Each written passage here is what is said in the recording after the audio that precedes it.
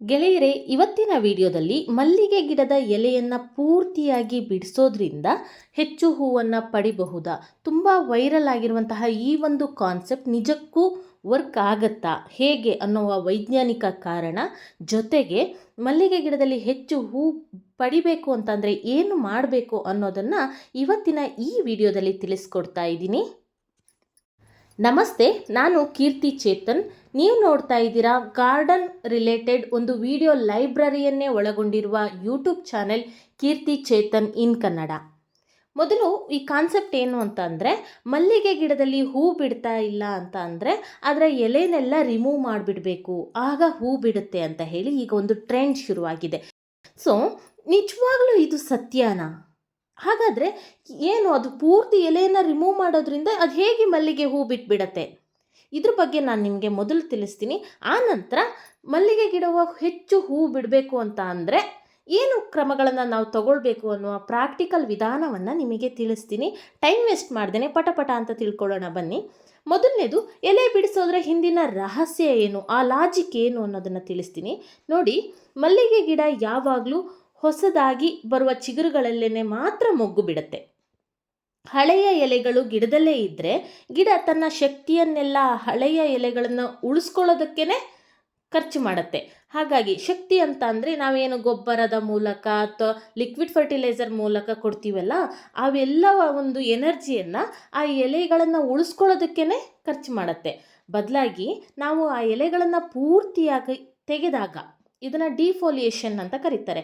ಅಂದರೆ ಆ ರೀತಿ ಪೂರ್ತಿಯಾಗಿ ಎಲೆಗಳನ್ನು ತೆಗೆದಾಗ ಆ ಗಿಡ ಒಂದು ಸರ್ವೈವಲ್ ಸ್ಟ್ರೆಸ್ಗೆ ಒಳಗಾಗುತ್ತೆ. ಅಂದರೆ ತನ್ನನ್ನು ತಾನು ಬದುಕುಳಿಯುವಂತೆ ಮಾಡ್ಕೊಳ್ಬೇಕು ಅಂತ ಹೇಳಿ ಆ ಒಂದು ಸ್ಟ್ರೆಸ್ಗೆ ಒಳಗಾಗುತ್ತೆ. ಆಗ ತನ್ನನ್ನು ತಾನು ಉಳಿಸ್ಕೊಳ್ಳೋದಕ್ಕೋಸ್ಕರ ಗಿಡ ತನ್ನ ಬುಡದಲ್ಲಿರುವಂತಹ ಪೋಷಕಾಂಶಗಳನ್ನೆಲ್ಲ ವೇಗವಾಗಿ ಬಳಸ್ಕೊಂಡು ಹೊಸ ಚಿಗುರುಗಳನ್ನು ಪ್ರೊಡ್ಯೂಸ್ ಮಾಡುತ್ತೆ.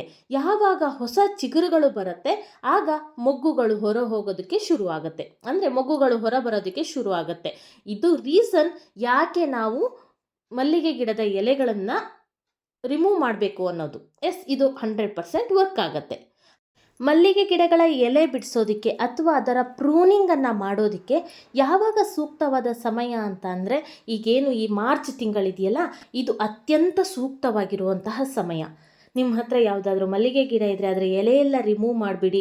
ಅಥವಾ ಈ ರೀತಿ ಜಾಜಿ ಮಲ್ಲಿಗೆ ಗಿಡ ಇದ್ದರೆ ಅದರಲ್ಲೂ ಒಣಗಿರುವ ಎಲೆಗಳನ್ನು ರಿಮೂವ್ ಮಾಡಿ, ಯಾವ ಬ್ರಾಂಚಸ್ಸಲ್ಲಿ ಹೂ ಬಿಡ್ತಾ ಇರೋದಿಲ್ಲ ಅಥವಾ ಹೂ ಬಿಟ್ಟು ಮುಗ್ದಿರುವಂತಹ ಬ್ರಾಂಚಸ್ ಇರುತ್ತಲ್ಲ, ಅದನ್ನೆಲ್ಲ ಕಟ್ ಮಾಡಿ ತೆಗೆದುಬಿಡಿ. ನೋಡಿ, ಇದಿಷ್ಟು ಹೂ ಬಿಟ್ಟು ಮುಗ್ದಿರುವಂತಹ ಬ್ರಾಂಚ್, ಇದನ್ನು ನಾನು ಕಟ್ ಮಾಡಿಬಿಡ್ತೀನಿ.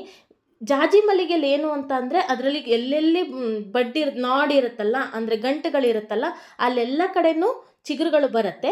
ಆದರೆ ನಾವು ಈ ರೀತಿ ಪ್ರೂನ್ ಮಾಡೋದ್ರಿಂದ ಅನ್ನೆಸೆಸರಿಯಾಗಿ ಗಿಡದ ಒಂದು ಎನರ್ಜಿ ಆ ಎಂಡ್ ತನಕನೂ ಫ್ಲೋ ಆಗೋದನ್ನು ನಾವು ಕಡಿಮೆ ಮಾಡಬಹುದು. ಇದರಿಂದ ಮೊಗ್ಗುಗಳು ಜಾಸ್ತಿ ಪ್ರೊಡ್ಯೂಸ್ ಆಗುತ್ತೆ. ಒಣಗಿದಂತಹ ಬ್ರಾಂಚಸ್ಗಳನ್ನೆಲ್ಲ ಕಟ್ ಮಾಡಿ ತೆಗೀರಿ. ನಾನಿಲ್ಲಿ ಮಲ್ಲಿಗೆ ಗಿಡ ಹೆಚ್ಚು ಹೂವು ಬಿಡಬೇಕು ಅಂತ ಅಂದರೆ ನಾವು ಏನು ಮಾಡಬೇಕು ಅನ್ನೋದನ್ನು ತೋರಿಸ್ತಾ ಇದ್ದೀನಿ. ನೀವು ಈ ರೀತಿ ಕೆಲಸಗಳನ್ನು ಹಿಂದೆ ಅಂದರೆ ಈ ಒಂದು ವಾರದಲ್ಲೇ ಮಾಡಿ, ಇದರಿಂದ ನಿಮಗೆ ಹೆಚ್ಚು ಮಲ್ಲಿಗೆ ಹೂಗಳನ್ನು ಪಡಿಬಹುದು. ಆಮೇಲೆ ನಂದೊಂದು ಸಜೆಷನ್ ಫ್ರೆಂಡ್ಸ್, ಏನು ಗೊತ್ತಾ, ಮಲ್ಲಿಗೆಗಳನ್ನು ನೀವು ಪಾಟಲ್ಲಿ ಬೆಳೆಸ್ತಾ ಇದ್ದೀರಾ ಅಂತ ಅಂದರೆ ಸಾಮಾನ್ಯವಾಗಿ ಈ ರೀತಿಯ ಒಂದು ಜಾಜಿ ಮಲ್ಲಿಗೆ ಗಿಡವನ್ನು ಬೆಳೆಸ್ಕೊಳ್ಳಿ. ಇದರಿಂದ ಇದು ಸೀಸನಲ್ಲಿ ಏನಲ್ಲ, ಪ್ರೂನ್ ಮಾಡ್ದಂಗೂ ಮತ್ತೆ ಚಿಗುರಿ ಹೂ ಬಿಡ್ತಾನೆ ಇರುತ್ತೆ. ಇದು ಒಂದೆರಡು ಹೂವಿದ್ರೂ ಸಹ ಇಡೀ ರೂಮ್ ಎಲ್ಲ ಗಮ್ ಅನ್ನತ್ತೆ, ಅಷ್ಟು ಸುಂದರ ಇದರ ಪರಿಮಳ. ಇಂಥದ್ದೊಂದು ಗಿಡ ಇದ್ರೆ ವರ್ಷವಿಡೀ ಹೂ ಪಡಿಬಹುದು. ನೆಲದಲ್ಲಿ ತುಂಬಾ ಚೆನ್ನಾಗಿ ಇದನ್ನ ಬೆಳೆಸ್ಕೊಳ್ಬಹುದು. ಪೂಜೆಗೆ ಯಾವಾಗಲೂ ಇದರಲ್ಲಿ ನನಗೆ ಹೂ ಸಿಗ್ತಾ ಇರತ್ತೆ. ಸೊ ನಾನೀಗ ಏನು ಮಾಡಿದ್ದೀನಿ, ಪ್ರೂನ್ ಮಾಡಿದ್ದೀನಿ. ಚೆನ್ನಾಗಿ ಪ್ರೂನ್ ಮಾಡಿದ ನಂತರ ಅದರಲ್ಲಿ ಬುಡದಲ್ಲಿ ಇದ್ದಂತಹ ಎಲ್ಲ ಕಳೆ ಗಿಡಗಳನ್ನು ತೆಗಿತಾ ಇದ್ದೀನಿ. ಈಗ ತೋರಿಸುವಂಥದ್ದು ತುಂಬ ಮುಖ್ಯವಾದ ಸ್ಟೆಪ್. ಈ ಒಂದು ಕೆಲಸದಿಂದ ನಿಮ್ಮ ಗಿಡಕ್ಕೆ ಹೊಸ ಚೈತನ್ಯ ಸಿಕ್ಕಿ ಬೇಗ ಚಿಗುರುಗಳು ಬಂದು ಮೊಗ್ಗಾಗೋದಕ್ಕೆ ಸ್ಟಾರ್ಟ್ ಆಗುತ್ತೆ. ಮಲ್ಲಿಗೆ ಗಿಡದ ಬೇರು ಆಳಕ್ಕೆ ಹೋಗೋದ್ರಿಂದ ಸ್ವಲ್ಪ ಡೀಪ್ ಇರುವಂತಹ ಪಾಟನ್ನೇ ಯಾವಾಗಲೂ ತಗೋಬೇಕು. ಗ್ರೋ ಬ್ಯಾಗ್ ಆದ್ರೂ ಸ್ವಲ್ಪ ಡೀಪ್ ಇರುವ ಗ್ರೋ ಬ್ಯಾಗನ್ನೇ ತಗೊಳ್ಳಿ. ಅದನ್ನು ಯಾವಾಗಲೂ ರೀಪಾಟ್ ಮಾಡೋಕ್ಕೆ ಆಗೋದಿಲ್ಲ. ಹಾಗಾಗಿ ಅದರ ಬುಡದಲ್ಲಿರುವಂತಹ ಮಣ್ಣನ್ನೆಲ್ಲ ಹೀಗೆ ಸಡಿಲ ಮಾಡಿ, ಇದು ಮಲ್ಲಿಗೆ ಗಿಡ ಅಂತಲ್ಲ, ದಾಸವಾಳ ಗಿಡ ಅಥವಾ ಗುಲಾಬಿ ಗಿಡ, ಯಾವುದೇ ಒಂದು ಹಣ್ಣಿನ ಗಿಡಗಳಾಗಿರ್ಬೋದು, ನೀವು ತಕ್ಷಣದಲ್ಲಿ ರೀಪಾಟ್ ಮಾಡೋಕ್ಕಾಗೋದಿಲ್ಲ ಅಥವಾ ನೆಲದಲ್ಲಿ ಬೆಳೆಸಿದ್ದೀರಾ ಅಂತ ಅಂದರೆ ನೀವು ಈ ಕೆಲಸವನ್ನು ಮಾಡ್ಬೋದು. ಏನು ಗೊತ್ತಾ, ಈ ರೀತಿ ಫಸ್ಟು ನೀಟಾಗಿ ಮಣ್ಣನ್ನು ಲೂಸ್ ಮಾಡ್ಕೊಳ್ಳಿ.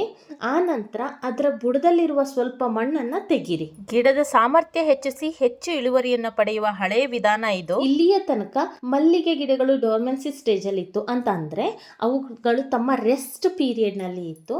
ಫೆಬ್ರವರಿ ಮಾರ್ಚ್ನ ನಂತರ ಅವುಗಳು ಮತ್ತೆ ಚಿಗುರಿ ಹೊಸ ಮೊಗ್ಗುಗಳನ್ನು ಬಿಟ್ಟು ಹೂ ಬಿಡುವಂತಹ ಸಂದರ್ಭ ಬಂದಿದೆ. ಈ ಟೈಮಲ್ಲಿ ಇದು ಮುಖ್ಯವಾಗಿ ನೀವು ಮಾಡಬೇಕಾಗಿರುವಂತಹ ಕೆಲಸ. ಇದು ಸೀಸನಲ್ ಫ್ಲವರ್ಸ್ಗೆ ಆದರೆ ನಮ್ಮ ಜಾಜಿ ಮಲ್ಲಿಗೆ ಗಿಡ ನಾನು ಹೇಳಿದಾಗೆ ಯಾವಾಗಲೂ ಹೂ ಬಿಡ್ತಾ ಇರುತ್ತೆ. ಸೊ ನಾನು ರೆಗ್ಯುಲರಾಗಿ ಈ ಕೇರ್ನ ಮಾಡ್ತಾ ಇರ್ತೀನಿ. ಜೊತೆಗೆ ಅವು ಹೂ ಬಿಡುವಂತಹ ಸಂದರ್ಭದಲ್ಲಿ ನಾವು ಗೊಬ್ಬರವನ್ನು ರೆಗ್ಯುಲರ್ ಕೊಡ್ತಾ ಇರಬೇಕು. ಅದು ಲಿಕ್ವಿಡ್ ಫರ್ಟಿಲೈಸರ್ ಆಗಲಿ ಅಥವಾ ಯಾವುದಾದ್ರೂ ಕಾಂಪೋಸ್ಟ್ ಆದ್ರೂ ಅಷ್ಟೇ. ರೆಗ್ಯುಲರ್ ಆಗಿ ಒಂದು ಕನ್ಸಿಸ್ಟೆನ್ಸಿಯಲ್ಲಿ ಅಂದರೆ 15 ಡೇಸ್ ಒನ್ಸ್ ಕೊಡ್ತಾ ಇದ್ದೀರಾ ಅಂದರೆ 15 ಡೇಸ್ ಒನ್ಸು, 1 ಮಂತ್ ಕೊಡ್ತಾ ಇದ್ದೀರಾ ಅಂದರೆ 1 ಮಂತಿಗೆ ಒನ್ಸು ನೀಟಾಗಿ ಗೊಬ್ಬರವನ್ನು ಕೊಟ್ಕೊಳ್ತಾ ಹೋದ ಹಾಗೇ ಅದು ಫ್ಲವರ್ ಪ್ರೊಡ್ಯೂಸ್ ಮಾಡೋದು ಚೆನ್ನಾಗಾಗತ್ತೆ. ಇದು ಜಾಸ್ತಿ ಹೂಗಳು ಬಿಡಬೇಕು ಅಂತ ಅಂದರೆ ಫಾಸ್ಫರಸ್ ಮತ್ತು ಪೊಟ್ಯಾಷಿಯಂ ರಿಚ್ ಇರುವಂತಹ ಫರ್ಟಿಲೈಸರ್ಗಳನ್ನು ಕೊಡಬೇಕು. ಅಂದರೆ ಎರೆಹುಳು ಗೊಬ್ಬರ, ಬಾಳೆಹಣ್ಣಿನ ಸಿಪ್ಪೆಯ ನೀರು, ಟೀ ಪೌಡರ್ ಇವುಗಳನ್ನು ಕೊಡಬಹುದು. ಯಾವುದೇ ಗೊಬ್ಬರ ಕೊಟ್ಟರೂ ಸಹ ಹಿತಮಿತವಾಗಿ ಕೊಡಿ.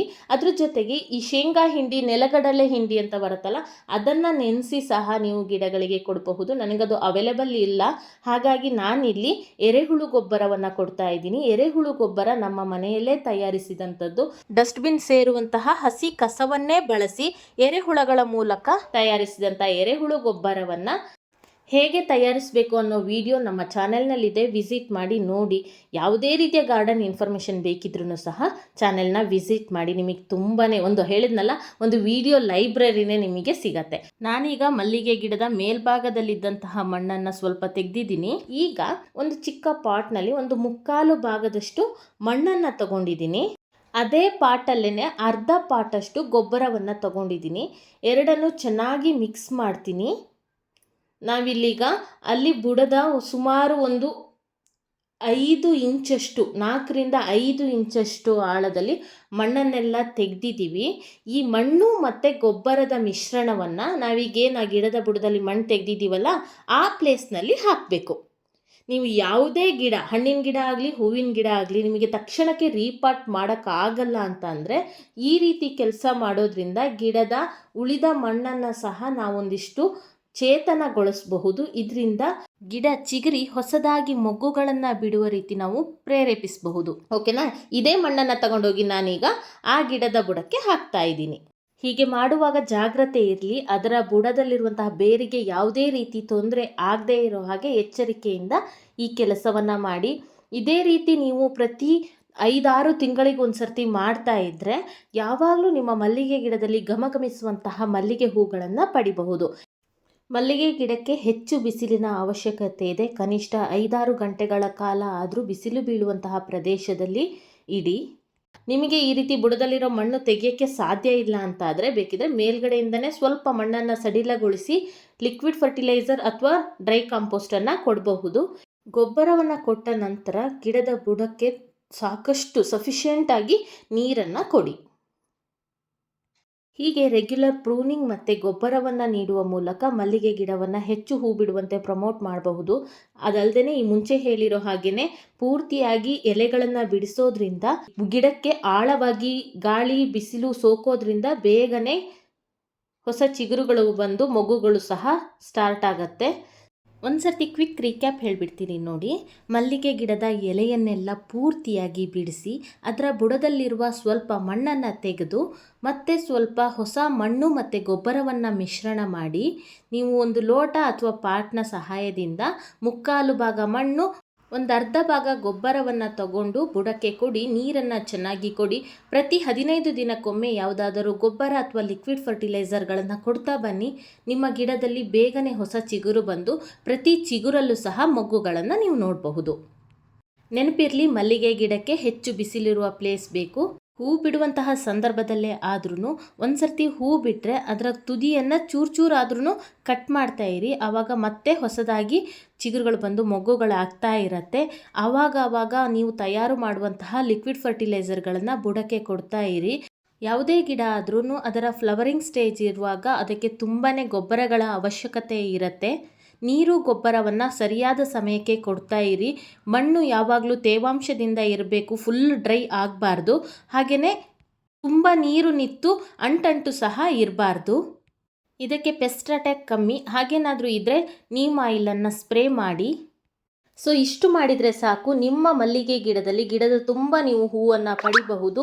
ನೆಲದಲ್ಲಿ ಬೆಳೆಸೋಕ್ಕಿಂತ ಪಾಟ್ನಲ್ಲಿ ಬೆಳೆಸಿದಾಗ ಒಂದು ಸ್ವಲ್ಪ ಹೆಚ್ಚು ಕೇರನ್ನು ನಾವು ತಗೊಳ್ಬೇಕಾಗತ್ತೆ. ಆಗ ಮಾತ್ರ ಹೆಚ್ಚು ಹೂಗಳನ್ನು ಪಡೆಯೋದಕ್ಕೆ ಸಾಧ್ಯ. ಓಕೆ, ಈ ಎಲ್ಲ ಇನ್ಫಾರ್ಮೇಷನ್ ನಿಮಗೆ ಇಷ್ಟ ಆಗಿದೆ ಅಂತ ಹೇಳಿ ಭಾವಿಸ್ತೀನಿ. ಆ್ಯಂಡ್ ಇದು ಪ್ರಾಕ್ಟಿಕಲ್ ಕೂಡ, ತುಂಬ ಸುಲಭದಲ್ಲಿ ನೀವು ಮಾಡ್ಕೊಳ್ಬಹುದು. ಇದೇ ರೀತಿಯ ಹೆಚ್ಚಿನ ಗಾರ್ಡನ್ ಇನ್ಫಾರ್ಮೇಷನ್ಗಳಿಗೆ ಚಾನೆಲ್ನ ವಿಸಿಟ್ ಮಾಡಿ.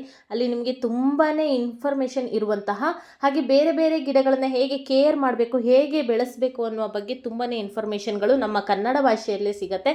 So thank you so much ಈ ವಿಡಿಯೋನ ನೋಡಿದ್ದಕ್ಕೆ. ಮುಂದೆ ಮತ್ತೊಂದು ಒಳ್ಳೆಯ ಇನ್ಫಾರ್ಮೇಷನ್ ಇರುವಂತಹ ವಿಡಿಯೋ ಜೊತೆ ಮತ್ತೆ ಸಿಗ್ತೀನಿ. ಅಲ್ಲಿವರೆಗೂ take care, bye. Happy gardening. ಗಿಡಗಳನ್ನು ಬೆಳೆಸಿ ಖುಷಿಯಾಗಿರಿ.